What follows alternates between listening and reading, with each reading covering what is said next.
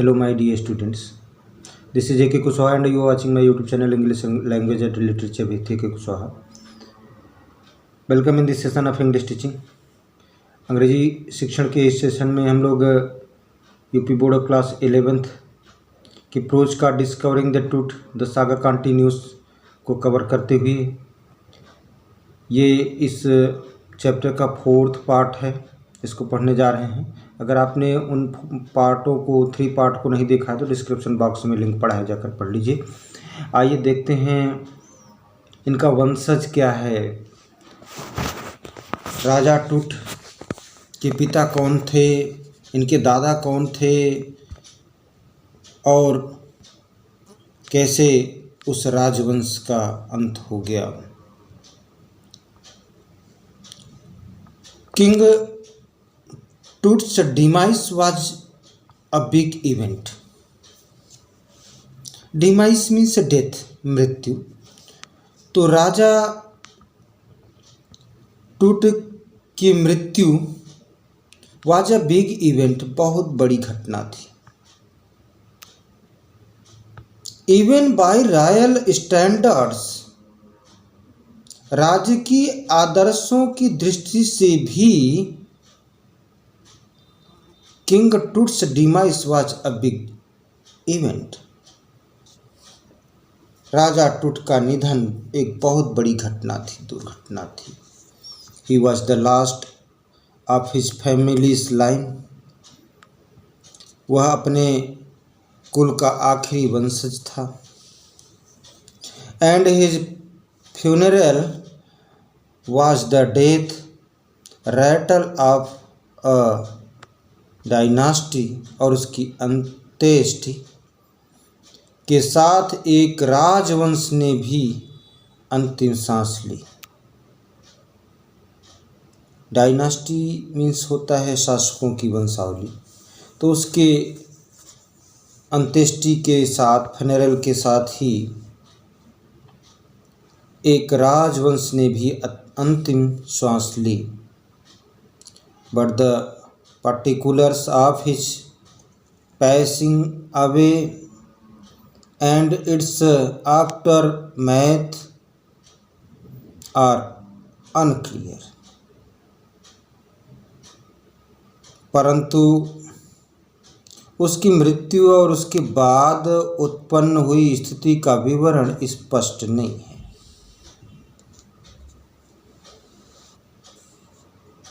एमनहोटेप III, Toots father और grandfather.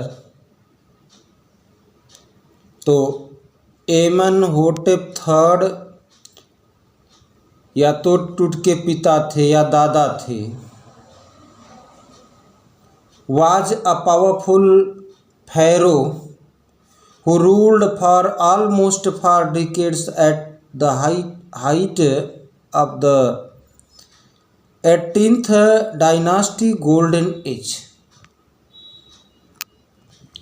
तो एमनहोटेप तृतीय टूट के या तो पिता थे या दादा थे, ने एक शक्तिशाली फैरो थे। Who ruled for almost for 4 decades, जिन्होंने 4 दशक तक, लगभग 4 दशक तक शासन किया। At the height of the 18th dynasty golden age, 18वें राजवंश का सुनहरा युग अपने चरम पर था। 18वें राजवंश का सुनहरा युग अपने चरम पर था। लगभग 4 दशक तक यानी 40 साल तक शासन किया ये एमनहोटेप III ने। हिज सन एमनहोटेप IV, इसके बाद उनके पुत्र एमनहोटेप IV succeeded him and initiated one of the strangest periods in the history of ancient Egypt. तो इसके बाद उनके पुत्र एमनहोटेप IV उनके उत्तराधिकारी हुए।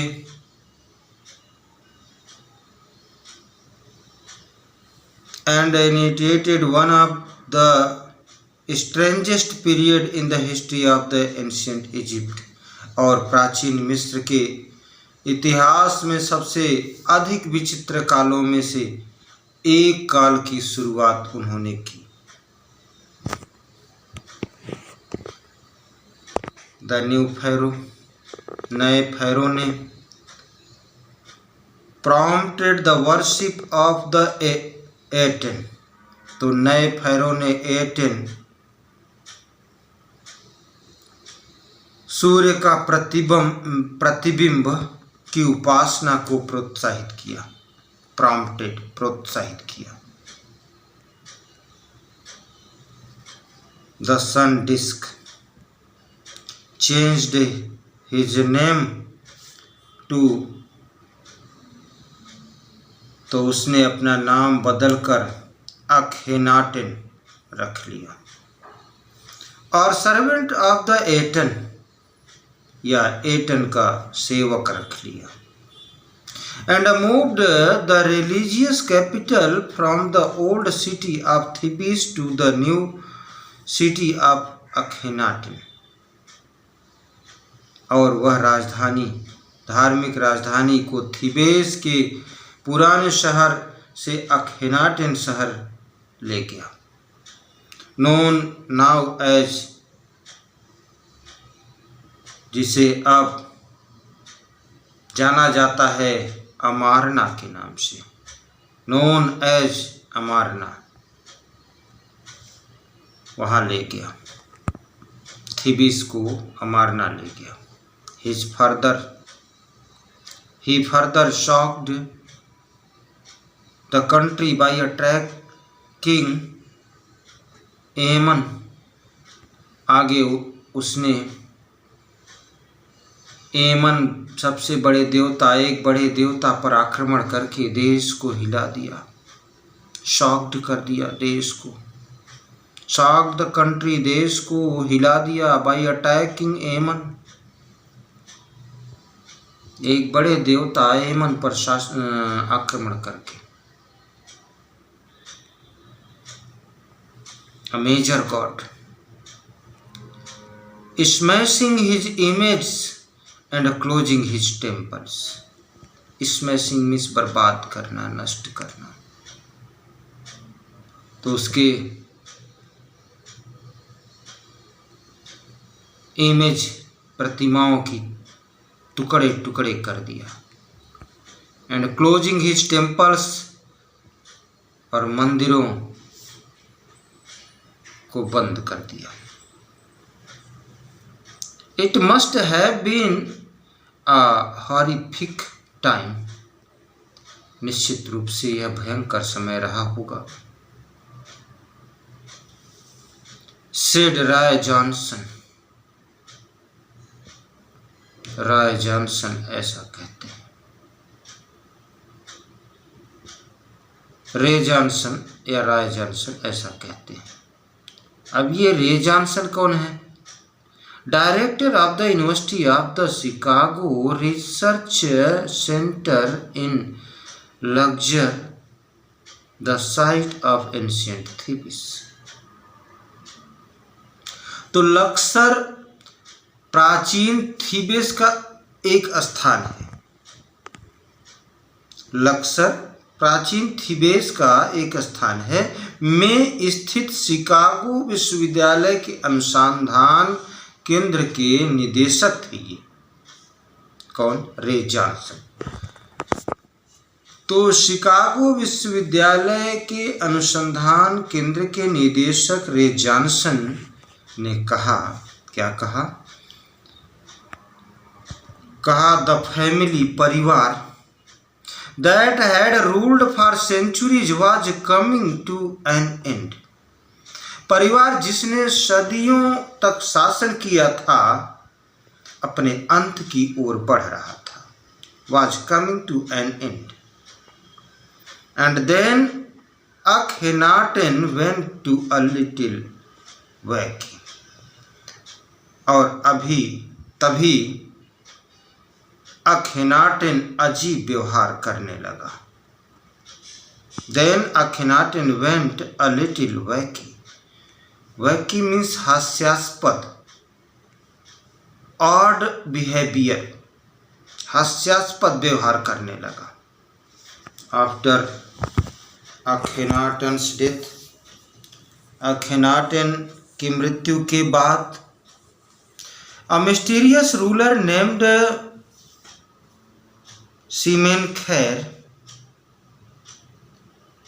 तो अखेनाटन की मृत्यु के बाद इसमैनखेर ये जो रहस्यमय शासक जिसका नाम इसमैनखेर था, अपीयर्ड ब्रीफली, कुछ समय के लिए आया। अपीयर्ड आया, प्रकट हुआ, briefly shortly, and excited with hardly a race, और मुश्किल से ही कोई पहचान बना पाया, यानी पहचान नहीं बना पाया।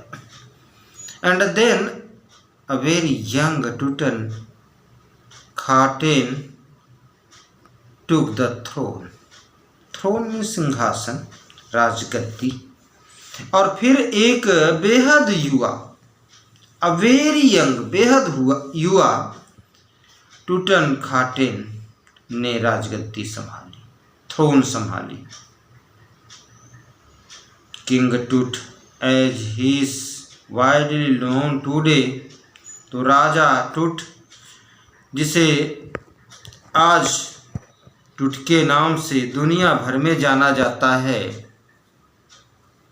The boy king soon changed his name to Tutankhamun, तो किशोर राजा ने शीघ्र ही अपना नाम बदलकर टूटन खेमन रख लिया। लिविंग इमेज ऑफ एमन, एमन की जीवित प्रतिमा, टूटन खेमन, लिविंग इमेज ऑफ एमन, एमन की जीवित प्रतिमा रख लिया। नाम क्या रखा? टूटन खेमन, एमन की जीवित प्रतिमा रख लिया। And oversaw a restoration of the old ways, और पुराने तौर तरीकों को पुनः स्थापित करने का कार्य संचालित किया। He reigned for about 9 years, तो उसने करीब लगभग 9 साल तक शासन किया। एंड देन डाइड अनएक्सपेक्टेडली, और फिर उसकी अचानक ही मृत्यु हो गई। और टूट खाटेन के बारे में क्या जानकारी है, इसका अध्ययन हम लोग 5th वीडियो में करेंगे। Thanks for watching.